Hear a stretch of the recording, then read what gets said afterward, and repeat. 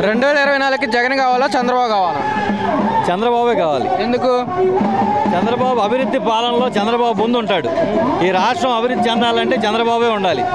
ఈ చంద్రబాబు నాయుడు గారి వల్ల విజన్ మారుతుంది.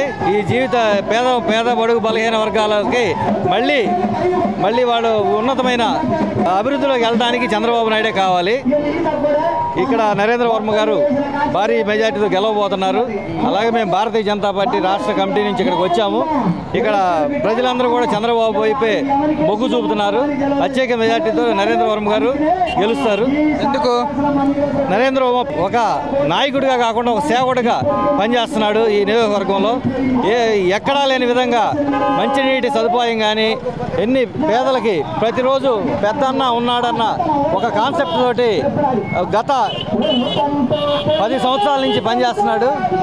అది ఇవాళ ప్రతి ఒక్క కుటుంబానికి కూడా మా అన్న నరేంద్ర వర్మ ఉన్నాడని వాళ్ళందరికీ భరోసా కల్పించాడు. కాబట్టి ఈరోజు నరేంద్ర వర్మ గెలవడానికి కూడా మంచి అవకాశంగా మేము భావిస్తున్నాం. ఎంత మెజారిటీ రావచ్చు? 25,000 మెజార్టీ తోటి గెలవడానికి అవకాశం ఉందని మేము అనుకుంటున్నాం.